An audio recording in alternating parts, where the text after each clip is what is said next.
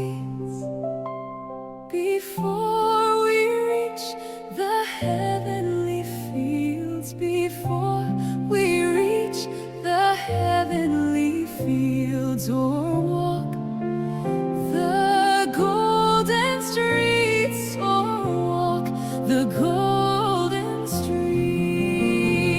We're marching to Zion, beautiful, beautiful Zion.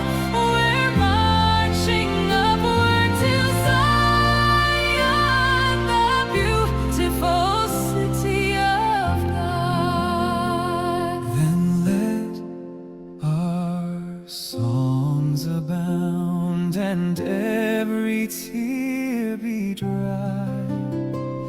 We're marching through Emmanuel's ground. We're marching through Emmanuel's ground to fairer worlds on high, to fairer worlds on high.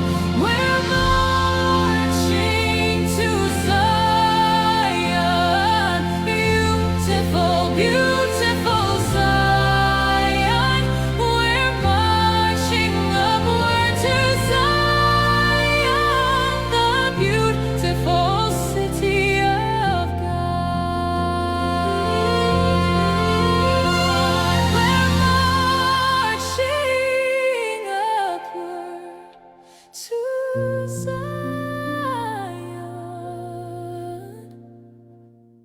the beautiful city of God.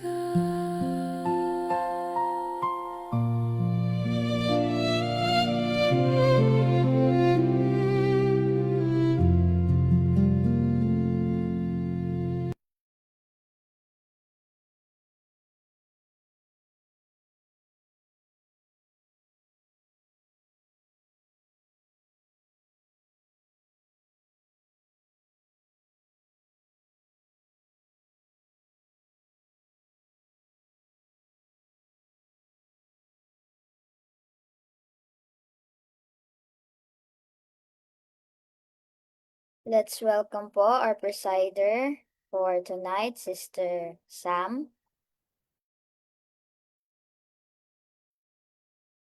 Ayan po, magandang gabi sa ating lahat and welcome back sa ating daily reading devotional. Ako po ang inyong presider sa gabi dito at para po sa ating um, programa, tayo po ay magkakaroon ng opening song to be played by technical na susunod po ng opening prayer ng kung sino po ang available dito sa ating Zoom meeting. And for our speaker this evening, si Sister Christine Padere.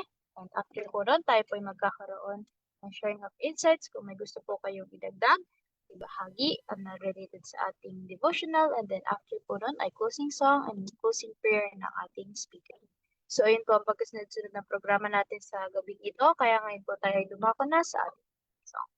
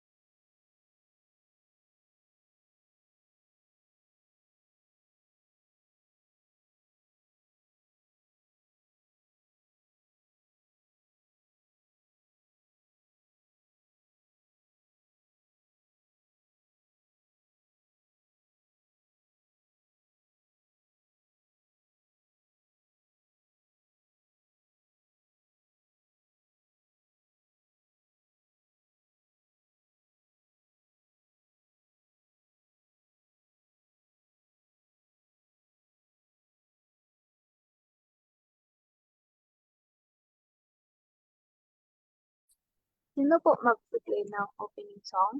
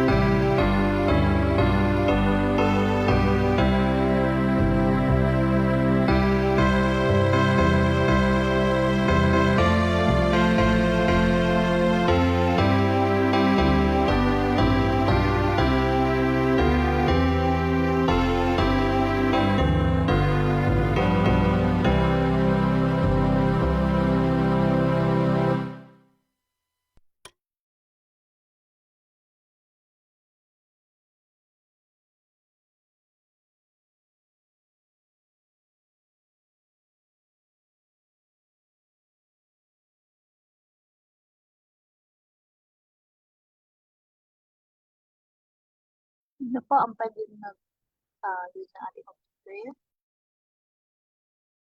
Tayo pong lahat Ako- ay manalangin. Ama naming banal, nasa kataas-taasan ng mga langit, kami po lubos na nagpapasalamat sa inyong paggabay at proteksyon po sa amin sa buong araw, at kami po umabot sa mga oras na ito at muli po ay makapakinig ng inyong banal na salita. Ama, sa pagsisimula po ng aming pag-aaral sa gabing ito, naway ikaw pong magkaloob sa amin ng karunungan at katalinuhan upang ang mga mensahe na aming mapapakinggan ay amin pong maunawaan at tumimo ng malalim sa aming puso't isipan, maging gabay namin sa pang-araw-araw habang kami po ay nabubuhay dito sa sanlibutan. At ganoon din naman po sa aming tagapagsalita, naway pagkalooban niyo po siya ng makalangit na karunungan at katalinuhan upang kanya po itong maisalaysay ng maayos at malinaw, at naway itago niyo po siya sa likuran ng inyong krus upang lahat po na mamatawi sa kanyang mga labi ay naaayon lamang po sa inyong banal na kalooban. At naway tulungan niyo din po ang bawat isa po sa amin ng mga liwanag na ito ay amin pong malakaran upang kami po mag-set ng good example dito sa sanlibutan at upang kami po maging karapat-dapat na manirahan diyan sa inyong tahanan sa langit. Maraming salamat po sa mga biyayang ipinagkaloob sa amin. Patawad po kung saan po kami nasumpungan ng pagkukulang at pagkakasala. Ito po aming hiling at dalangin sa pangalan ng aming Panginoong Hesus. Amen.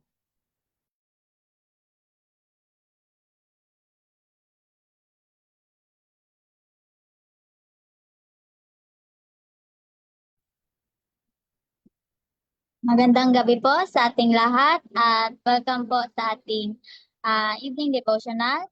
At sa ngayong gabi po, ako po ang inyong speaker at ang aking topic po ay makita po ito sa God's Amazing Grace, August 2, entitled Amazing Transformation. So, next slides po. So, ang ating key text po ay makita sa 1 Corinthians 4 verse 9. Ay, di makita. For we are made a spectacle unto the world and to angels and to men. So sinasabi po dito na tayo po ay ginawang spectacle. Wait lang po.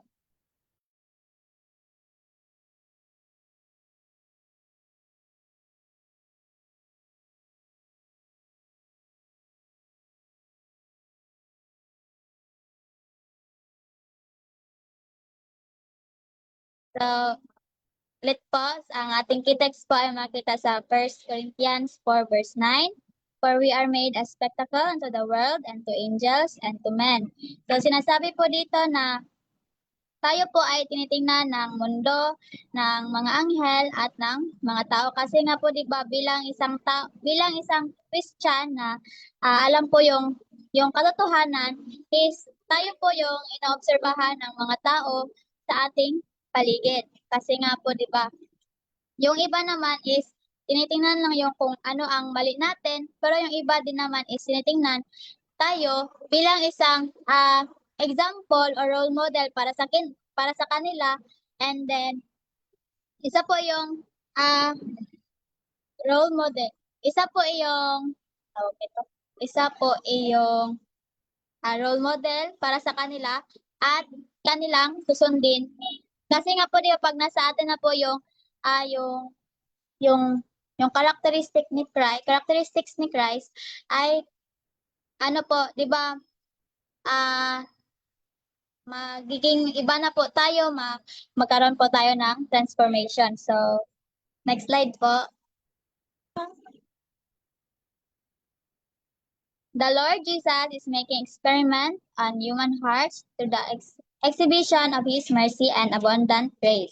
He is effecting transformation so amazing that Satan, with all his triumphant boasting, with all his confederacy of evil united against God and the laws of his government, stands viewing them as a fortress impregnable to his sophistries and delusions. So sinasabi po dito na ang ating Panginoon ay ina-eksperimentohan ang puso ng mga tao, hindi po yung experiments na sa science po, kundi po sa pamamagitan po ng kanyang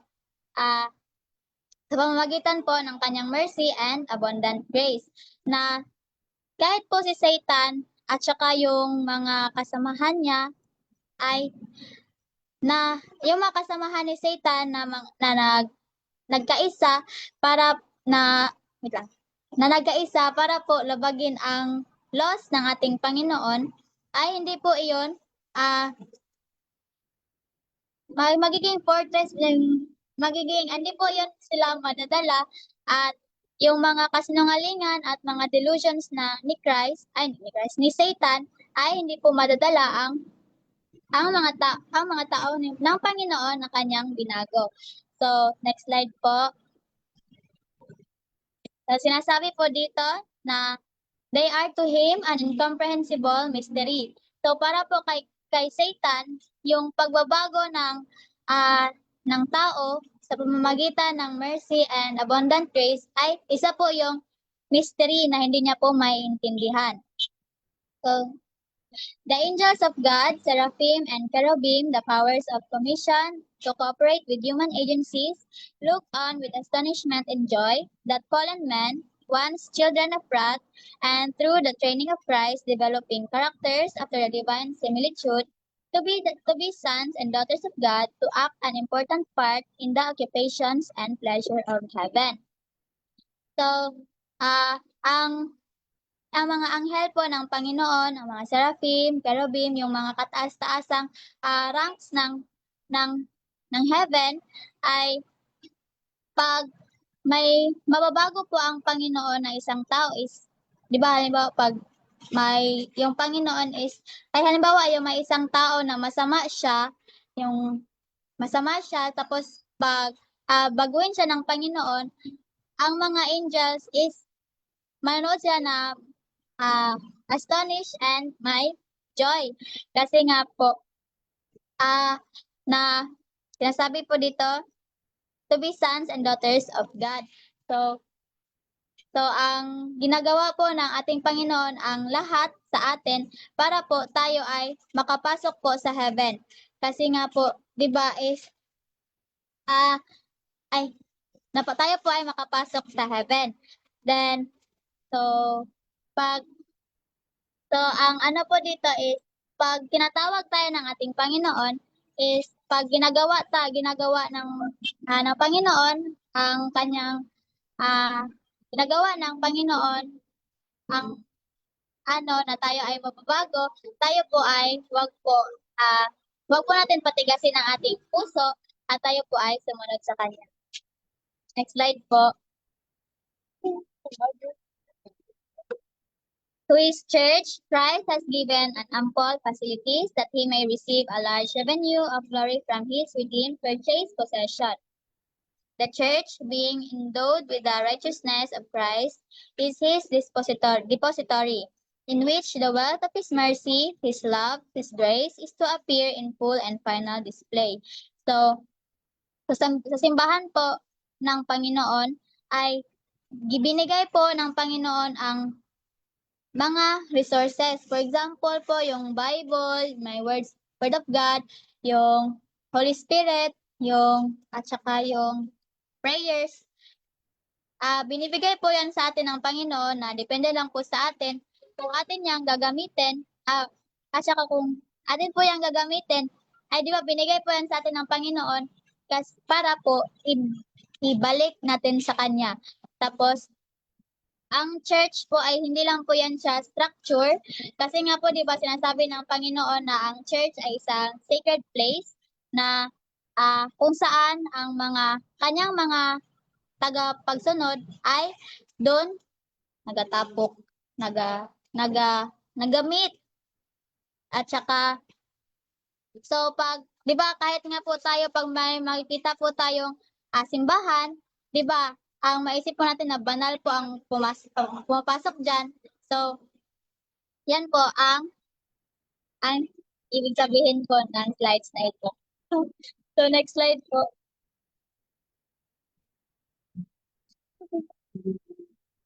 The declaration in his intercessory prayer that the Father's love is as great towards us as toward himself, the only begotten Son, and that we shall be with him where he is, forever one with Christ and the Father, is a marvel to the heavenly host, and it is their great joy.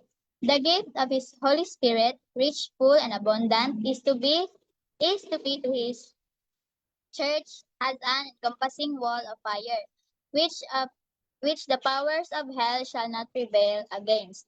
So, sinasabi po dito na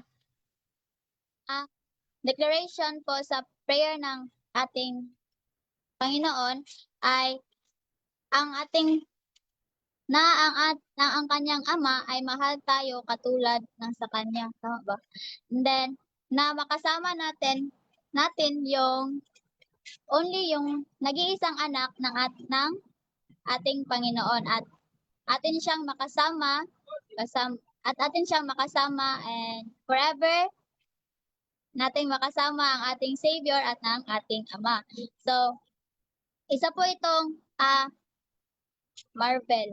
Isa po itong marvel.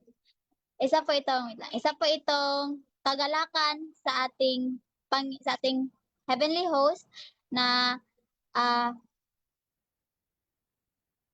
ang kanyang mga tauhan, ang kanyang mga tao ay makapasok sa heaven na kahit po ang powers of hell ay hindi po tayo matatalo. Next slide po. Their untainted purity and spotless perfection, Christ looks upon his people as the reward of all his suffering, his humiliation, and his love, and the supplement of his glory Christ, the great center from which radiates all glory.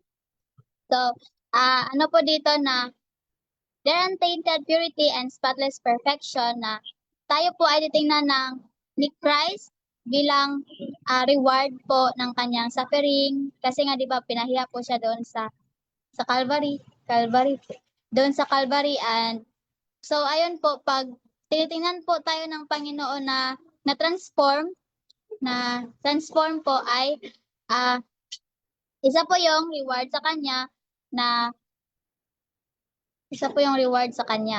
So, next slide po.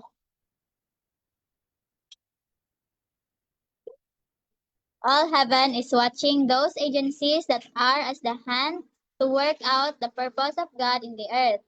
Thus, doing the will of God in heaven, such cooperation accomplishes a work that brings honor and glory and majesty to God. Oh, if all would love as Christ has loved, that perishing man might be saved from ruin. What a change would come to our world. So, sinasabi po dito na ang heaven ay tinitingnan tayo. Yung mga angels, ang ating Panginoon, tinitingnan tayo po sa ating mga ginagawa na ang kanyang mga mga worker dito po sa ating mundo ay ma-accomplish po ang kanilang mga trabaho. And ano na lang siguro po kaya pag ang lahat po ng tao ay susunod sa ating Panginoon, na lahat po ng tao ay matransform po according po sa kanyang gusto, and ano po kaya ang pagbabago ng ating mundo. So, sinasabi po dito na pag tayo, di ba nga po, sabi nga po may narinig po akong sabi dati na medyo binabagalan ng ating Panginoon ang kanyang pagbabalik kasi yung mga tao is hindi pa ready sa kanyang pagbabalik. So, minsan binabagalan ng Panginoon ang kanyang pagbabalik para i-ready yung mga tao, and yun po. So, kapag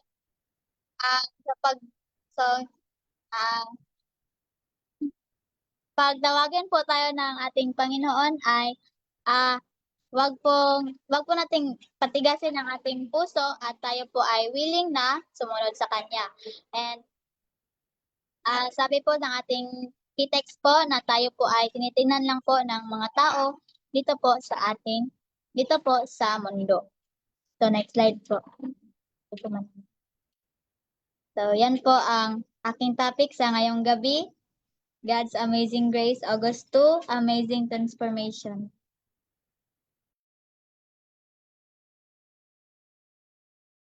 Ayan, maraming salamat po, Sister Sa napakagandang mensahe na binahagi sa ating ngayong gabi.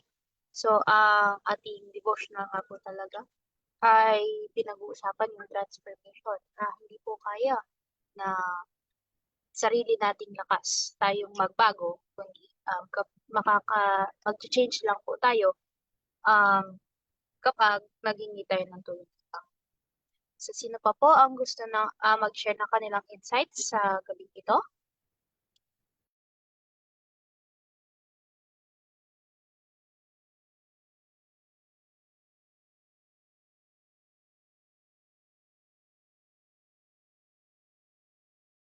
So, ayun po, kung wala nang magdadagdag ng kanilang insights, ay tayo na po ay dumako sa ating closing song and then closing prayer po ng ating.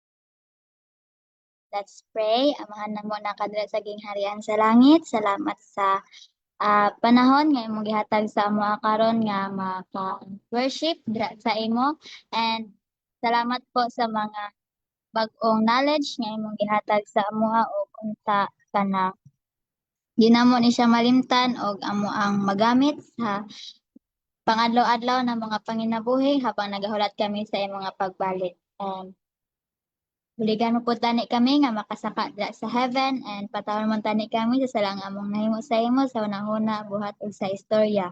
Kinila among ginahangyo sa ngalan ni Hesus Kristo among personal manluluwas. Amen.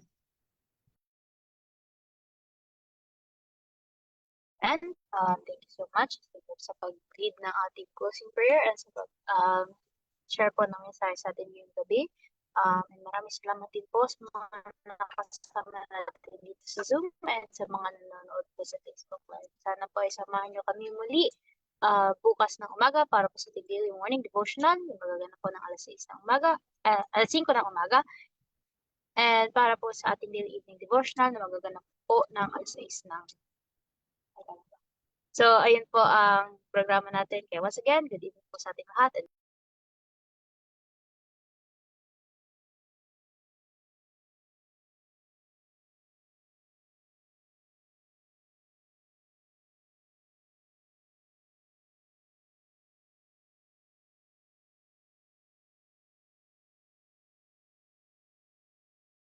Thank you